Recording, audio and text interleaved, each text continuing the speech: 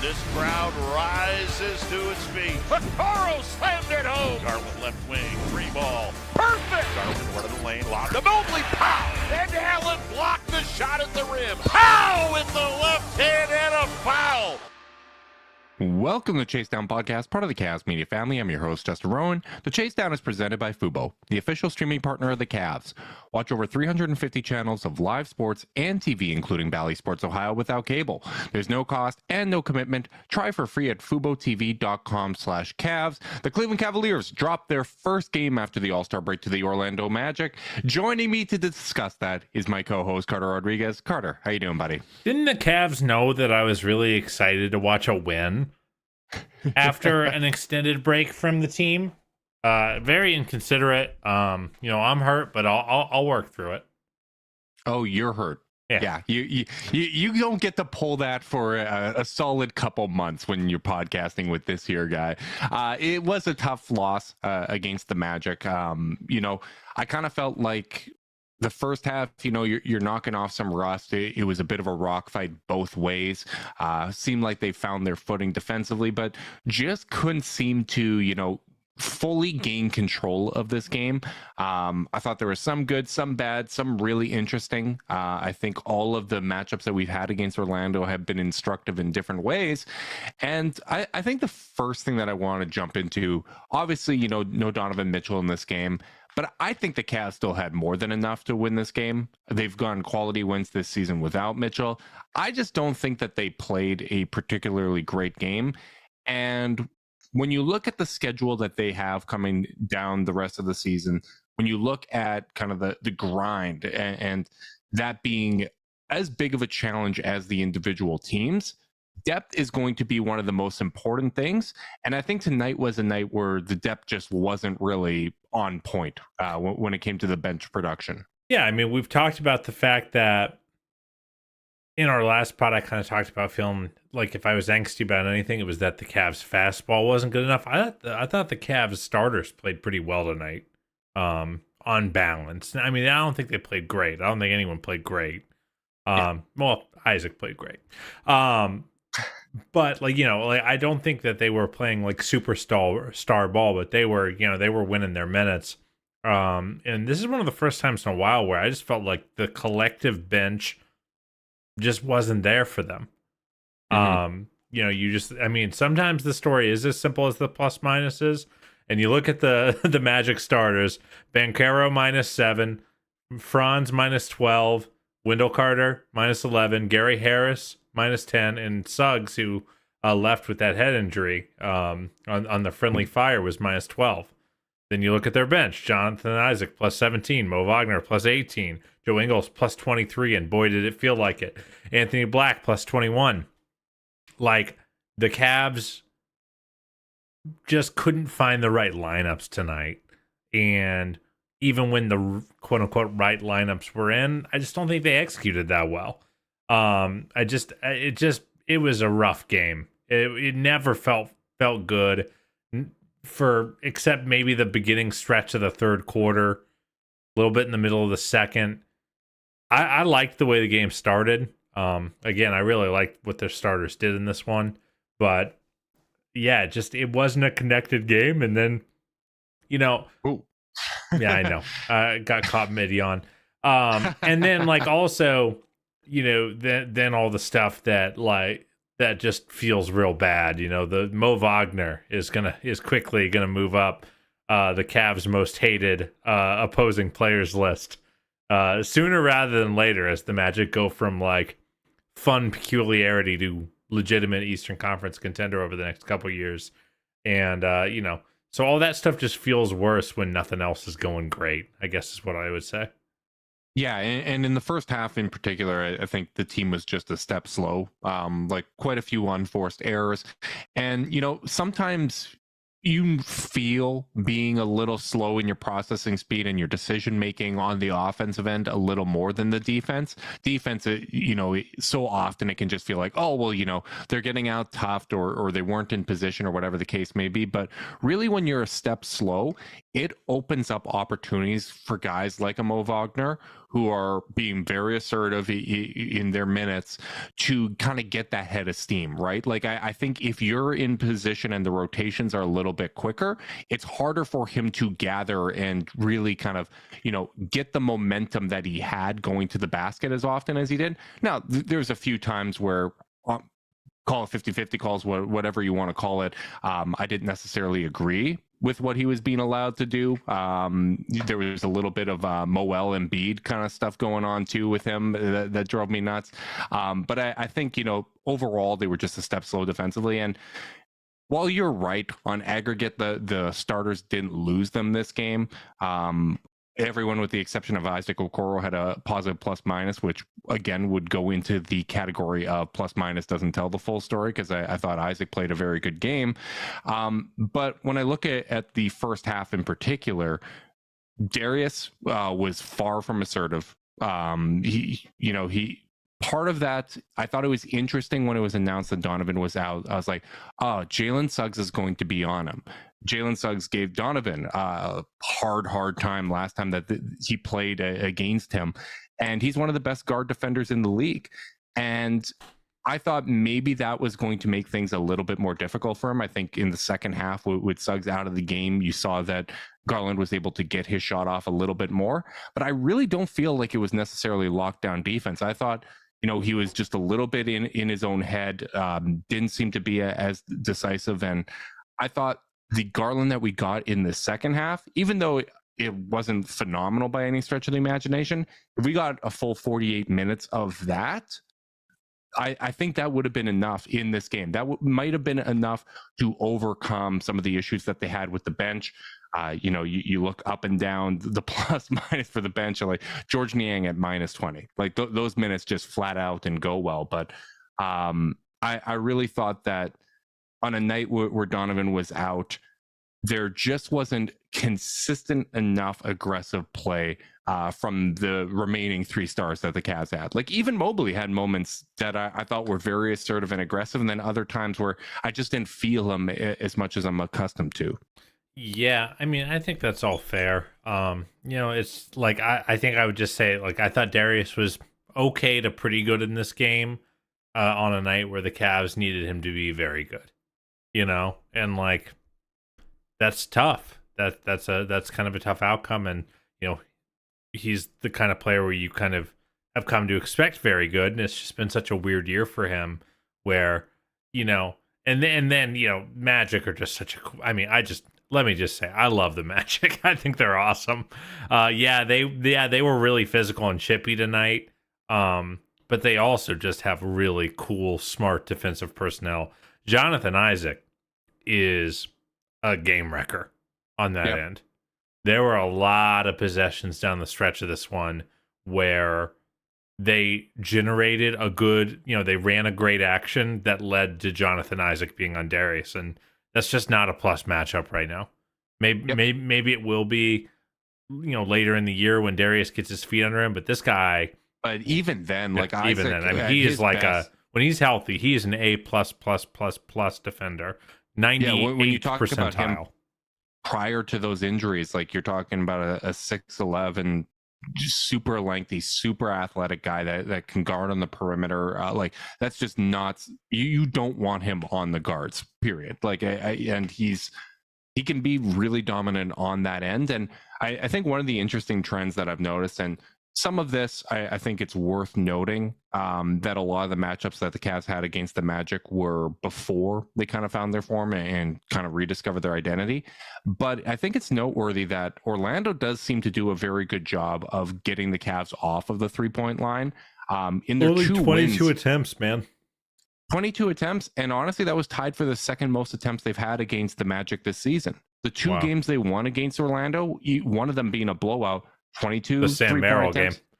Yeah, 22 three-point attempts, 20 in the other one, and then in their losses, 33 and 22. So it's kind of funny that one of those higher volume, not necessarily high volume games was a loss, but I do think that Orlando does a good job with the length that they have at every single position, running the Cavs off of the three-point line, making them a little bit more uncomfortable. And one of the things that we identified as something we're watching down the stretch is, are the Cavs able to implement their style regardless of the opponent, regardless of what's being done?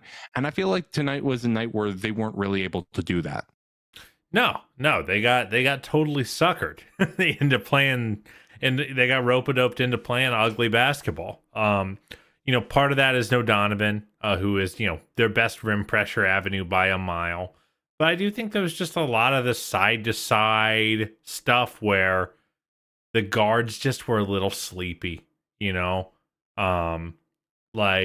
you run a pin down for Karras, he comes and grabs it, then goes into a dribble handoff, or I'm sorry, into a pick and roll at the top, and just kind of saunters around, and and Gary Harris just kind of goes a little bit under and maintains connection. Like, I just don't think the Cavs did a very good job of generating advantage in this game, and I think you have to start with their guards for that. There's the Orlando. It's not like like Jonathan Isaac's awesome. It's not like they were. Orlando just said switch everything and keep them in front of us because they don't have Donovan. I thought for the most part they just stayed in their shell, and the Cavs never really got them out of it. And I don't think this was a case. They've had low volume 3-point shooting games where I felt like they've passed up a ton of open threes. I just don't think they generated many. Again, I don't like matchups like this with Niang. When teams are as big as us, but also athletic, like, it's just a rough spot for him. And, so like he's just not going to get the clean looks that you want him to get. Max only got up 3, which is like not enough. And it's funny because you look at the box score and you're like, 18 points, like a little bit of a max breakout. But I completely agree. Like, I don't think that the Cavs were passing up threes at a high rate in this game. I think they just weren't able to generate them in the same way. And I am going to push back a little bit because you say, Orlando, a team that's as big as us. To me, this game's a little bit of a reminder that we aren't that big. Like, yes, we have Mobley and Allen, but outside of that, like, it's a lot of 6'5", it's a lot of 6'7". Like, Orlando's a team with true size. I don't think there's a lot of teams that have the size that they do.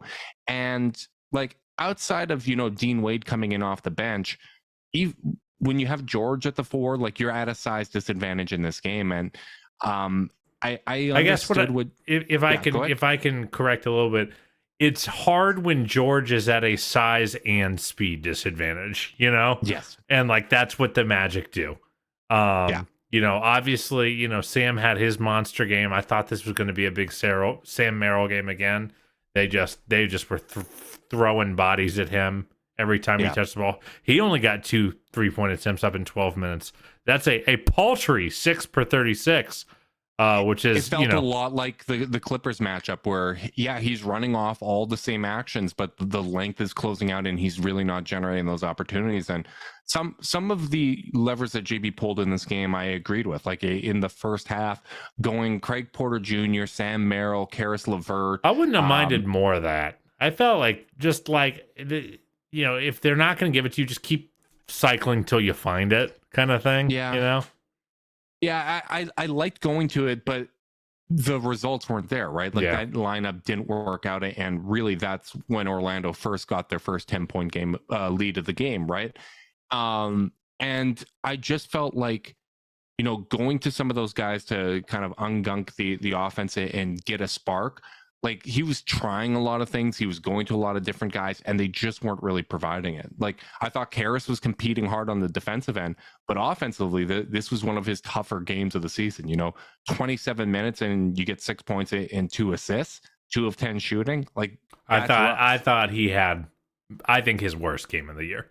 Again, like, a lot of these just sauntering. I mean, you're down 7 points in the fourth quarter.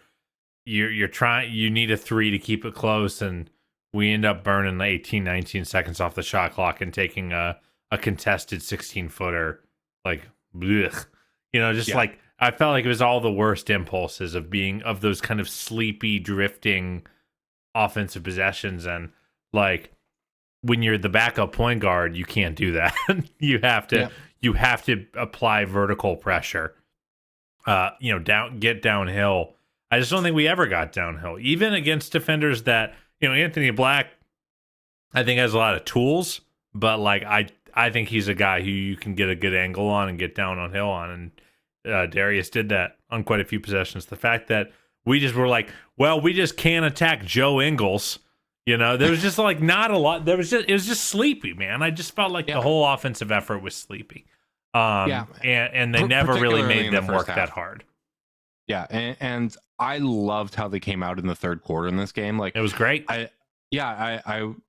I do think, and it's one of the things that I've enjoyed about this team all season, is when there's things obvious like that we're seeing, sitting on our couches at home, where, okay, like, it's a little sleepy, you're just not being sharp, like the defensive rotations aren't there, you're a half second slow in terms of offensive execution.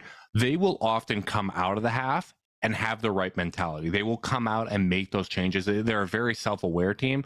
Even listening to Jared Allen in the post-game talking about, like, a lot of the turnovers, yes, Orlando's long, yes, they were playing physical, but a lot of it was unforced. It was mental errors. We just didn't play well. And I agree with that assessment. Sometimes you're just not going to play well, but that doesn't mean that there isn't still kind of, you're never going to just not play well in a vacuum.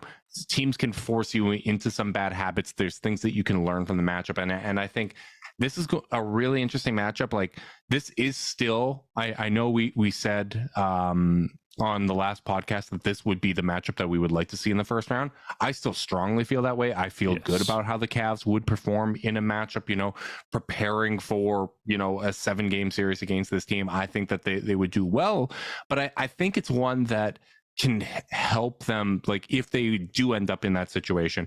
I think it's one that can help them overcome some of the things that they need to, some of the growth opportunities they present a lot of they present a lot of the challenges the Knicks presented last year, just in a less talented package or a less polished and ready package. Like, I think they are a really, really good team, man. They have flaws, but they do things the right way. They have personnel that really tests you. And again, they were just kind of first to the punch, I think there's probably going to be a lot of people indexing on physicality. And like, I'm just not that worried about it. I just think if they played better, it wouldn't have been a problem. I just don't think they played very well. Yeah, and there were some times, by the way, where I will say, in fairness, even though I'm hand waving a little, like, there were some times where it bothered them. Like Strus gets decked coming off a pin down. He looks at the ref as he screens for Darius and shoves his hip out to deck Anthony Black to be like, and then he gets an offensive foul. It's like the worst kind of, like, it's the most frustrating thing as a player. AKA, like, hey, I just got fouled, and now you're gonna call me for a ticky-tack, but you're almost kind of creating a self-fulfilling prophecy by setting that screen the way you set it. To be fair, if the Warriors were officiated in that way, they never would have made it out of the first round. No, they wouldn't. All the titles they have. Of course not. So, like, I guess what I'm saying is, like, I don't want to hand wave it entirely, because there were times where I feel like it frustrated the Cavs, but I feel like that's treating the symptom, not the problem. Yeah, and I think, I don't worry about the physicality the way that I did going into the playoffs last year, because I think the Cavs have taken on some incredibly physical matchups and done very, very well in them. But again, it's one of those teams that can test you in your pressure points. And I really felt like there was that very chippy stretch in the third quarter where I think the game kind of got out of hand. It took the refs a moment to kind of get everyone back in line. And I feel like the Cavs kind of lost the plot. Like, the sharpness and the focus that they had coming out of halftime that helped them get back into that game and get the lead in the third quarter. I felt like they kind of lost their grip of the rope in that time. And Orlando, they made a few more shots than they typically do. Even though the Cavs, weren't giving up a ton of shots, the Magic did hit the ones that they got. And just, sometimes that happens when you talk about an NBA game in particular, but it's the nature of basketball. Like, you lose focus for 3 minutes, and that can be the difference between winning and losing in today's game, because teams can go on those type of runs, and it's such a momentum game that when you lose that, sometimes it's tough to recapture it, especially if you're going from a game where in the first half you just didn't have that at all. You finally kind of get that groove, you finally get going, and then you lose your grip of the rope. That's even harder to get back into that groove. Yeah, it is. That's all very fair, you know. But you know what's always in a groove, Justin? Our video conferencing software. Support for this podcast and the following message come from Zoom. 500,000 businesses connect using Zoom, a single platform for phone, chat, workspaces, events, apps, and video. Zoom enables real-time collaboration for teams around the globe. Zoom, how the world connects. Justin, I wanted to ask you about this. Kind of felt like it would be kind of feels like the ultimate Dean Wade matchup. He only plays 13 minutes. He's -9. Gets a block. Hits a 3. It kind of felt like one of those invisible Dean games, and maybe that's why he didn't get a ton of run. But before I even set you up with a question, I'm just going to posit a premise, which is that I think if Dean had a quiet game, it's much more emblematic of how poorly the guards were getting guys into actions and getting clean looks. Because I feel like this is a great Dean matchup. I thought he was playing okay. I would have liked to see more of him. Yeah, I think I would have liked to see more from him. So, like, when you talk about the Cavs going 9 or 10 deep, you got 4 guys off the bench playing over 10 minutes in tonight's game. Obviously, Isaac Okoro is typically part of that equation. He steps up and plays well with the starters. But Niang getting 15 minutes and Wade getting 12, man, it's tough, because I do feel like this is a matchup where I would have liked to have seen more of Dean. I did notice, and I'll need to confirm it when I do my rewatch tomorrow, but I did notice that he seemed a little slow-footed. There was a time that Franz Wagner, I believe, just kind of blew by him baseline for a dunk. Yep. Just the defensive rotations weren't necessarily there. He did get, when you look at that first quarter, some of the best looks that we got in that quarter were Dean Wade open threes, and he converted his first one. Second, they called a timeout before he got the look. But I agree with you. I didn't feel like I felt him out there as much as you normally would, and this is a matchup where, with the number of 6'10" guys that the Magic have, you would think that, hey, this is where you go to Dean a little bit more. I am going to be interested to see, as we continue to go further in the season, and as we continue to test things for how it feels, how we're going to use it in the playoffs, who is the, I guess, 8th man? Because Okoro and LeVert, those guys have been among the best 6 men in the league this year. Best guys coming in off the bench. I think they are solidified as 6 and 7.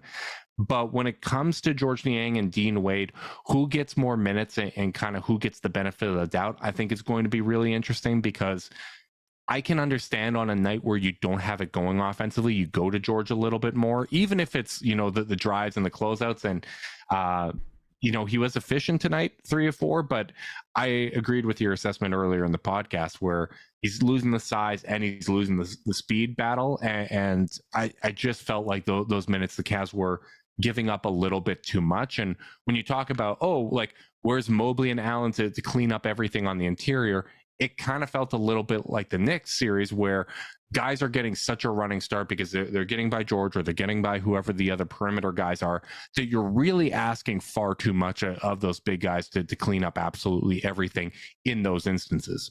Yeah, I think that's fair. One lineup I would have liked to see a lot more of, or actually, I don't think they played a minute together, because I really liked the double bigs. I think the double big is a really good antidote to some of these push you around type of teams, because if you start playing volleyball, Isaac had a few possessions like that, Mo had a few possessions like that, Cavs can just keep contesting and making it really hard to get a clean look. So even if you get an advantage, eventually, the gang rebounding is going to take over. Or the help is going to come while you're fighting to burrow and into one dude's chest. I I would have liked to see more Dean at the 3 in this game, next to Mobley and Allen. Like on a night where the offense was just so chunky. Okay, gotcha. On a night where the offense was so chunky, it almost would have been nice just to say, hey, we're throwing out Ice, Dean, Evan, and Jarrett, and you will not score for the next 5 minutes. And we will get out and run.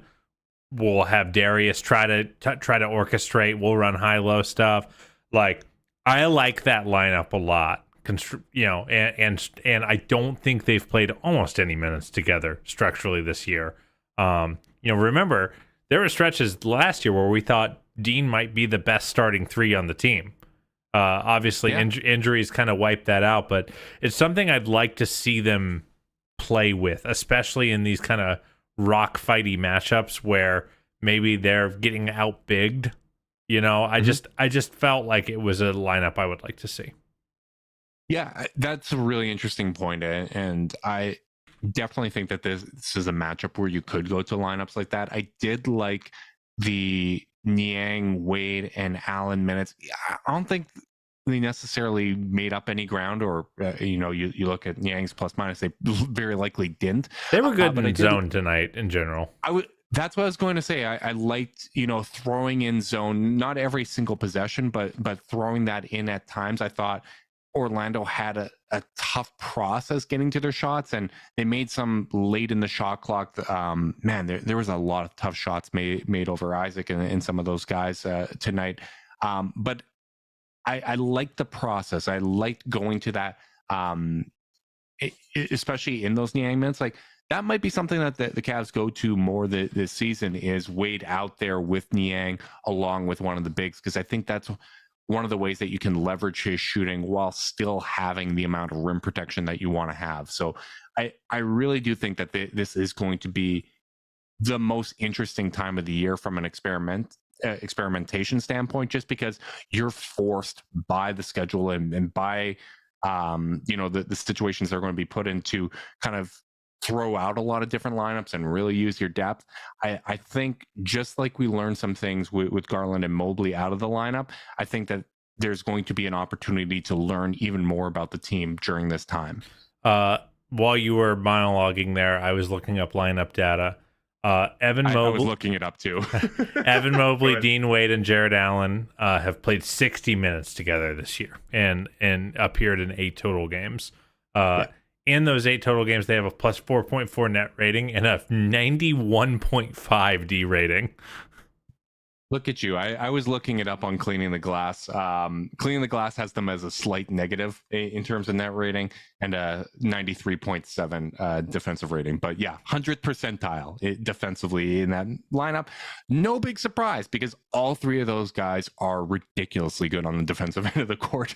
Yes, they are. So I don't know. I just felt like it was the one thing that, like, the one card JB didn't play tonight. And on a night where it just didn't feel like any of those hands he was laying down were working, and that's not a JB slight. That's just sometimes you just have nights where things don't always work.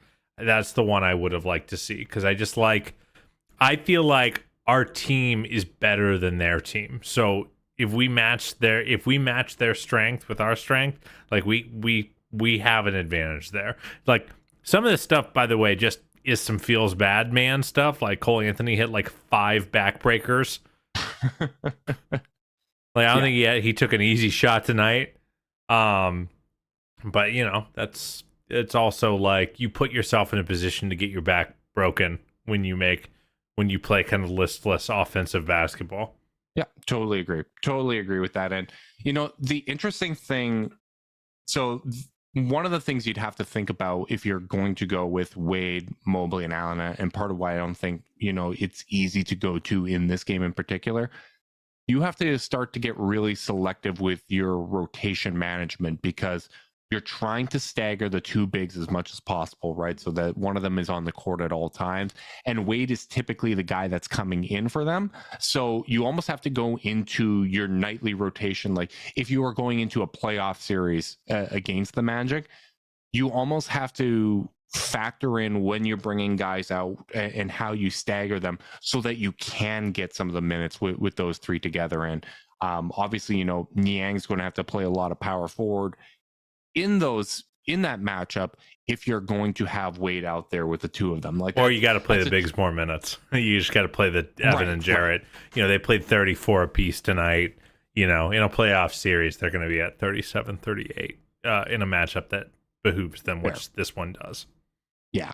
So I think that would be something that, playoff preparation would be different. But just wanted to, as you were talking, I was like, that makes a lot of sense. But then I was thinking about the logistics of how you could have got to it tonight. Yeah, for sure. But yeah, I thought the other thing that I really want to bring up is just we have in passing said that Isaac played really well, but man, it's great to see how far along he's come as a player. His finishes on the backboard, like some of those high finishes and his spinning, like it's been for a while now that in transition or attacking from the wing or those 45s, like he can really get to the basket and finish at a high level. The rim numbers over his career have consistently been very good, but I feel like his touch has gone to another level, and the confidence that I have in him as a shooter right now is off the charts. Like every time it's going up, I feel like the release point is more consistent. It's coming out of his hand the same way, and it has a great shot of going in. If not, it's not like glancing off the backboard or the rim in a dramatic way. He's up to a 40% three-point shooter now after this game for the season. Pretty nuts, man. Like we got a guy that just turned 23 years old that did a phenomenal job on Paolo Banchero defensively. Like when he was in that matchup in particular, he legit stayed in position, got his arm up, and was able to bother some of those shots. I was beyond impressed with that. But you got a guy that's that good defensively, a completely elite defender. He's getting more crafty in his finishing. His passing is good. And now he's a 40% three-point shooter. Like, that is really, really encouraging. And, it's one of those things where that was the draft profile. I remember he was... I forget if it was Schmitz or Gavoni who had him number 2 or 3 on their big board, but basically said, I have him this high, but I believe it's going to be 4 or 5 years for the offense to come along. But when it does, he's going to be a big time difference maker. And I continue to just be so impressed with him. And I think it's one of the things this season for the Cavs that still kind of has gone under the radar is the steps forward that he has taken as a player overall. Yeah, well, it's funny you mentioned you were talking about the bench and that Karras and Ice were the no doubter 6th, 7th man. I kind of almost am putting Ice. I'm starting to put Ice in a tier of his own among the bench players right now. Of Donnie said he should be 6th man of the year, so he labeled him as 6th man. Like I just feel like I'm getting to the point where Ice is a little bit matchup proof. I feel like in years past there have been teams where I'm like, I don't really know if this is Isaac's game. If we could replace him with just more of a pure shooter, even nights where you'd be like, like Isaac's nice, but Jetty's going to give us something different. Like, especially with the other players they've added, with Donovan, being added to the team and Max being added to the team and all this stuff. I just kind of am at the point where I'm like, I just want to see him play 27, 28 minutes, whereas like, I feel like I still go up and down with Karras, with Dean, with George. Like I'm just starting to put Ice in his own category among the bench players. And maybe that's a little bit of confirmation bias because I do like him. I really am fond of the guy. And he's just doing a lot of the stuff that I think the team sorely needs, but screw it. That's kind of the way my brain is right now. I like where your brain is at right now. And it is going to sound funny to say, but I think one of the reasons why he should be matchup proof is he's a good influence. Like, he's someone that raises the level of compete for everybody else that's on the court. He's someone that, because of the way he gets out in transition, kind of forces the issue and gets everybody else to get out and run. The way that he's able to generate extra possessions, get in passing lanes. Like, as long as this confidence comes as a shooter, that he's continuing to take those attempts, I feel really, really good about him when he's out there on the court. And I agree with you. Like, I think as we look at the minute distribution throughout the season, you might need to have more games where Karras is down at the 24 minutes and 22, where we kind of had Isaac slotted in earlier in the season, just to make sure that Okoro's out there getting those 28, 30 minutes per game. And, of course, all of this comes with the caveat that it's merit-based, right? Like, we've seen that with JB as guys play better and as guys earn more opportunities, they are going to be given those opportunities. But I just think with how consistently he has played since, they shut him down and gave that knee some opportunity to recover, he's just been so consistent, and I've just liked all of the minutes that we've gotten from him. And, I just thought of something as I was saying that.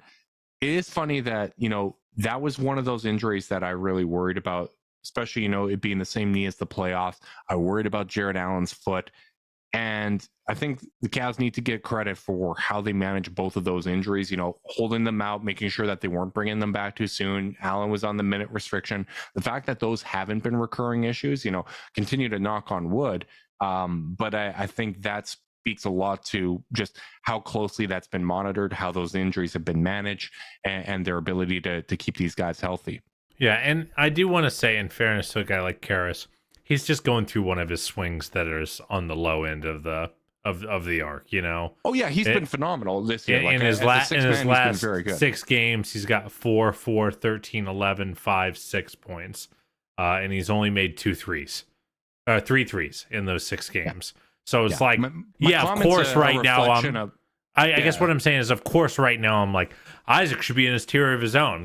Like, if Karras goes on a 2-week heater, I'll probably be like, yeah, it's a 2. Those 2 guys should be in that 25 to 30 minutes almost every night, no matter what. So it's just one of those things where, like, I just feel like Ice's floor is a little higher right now.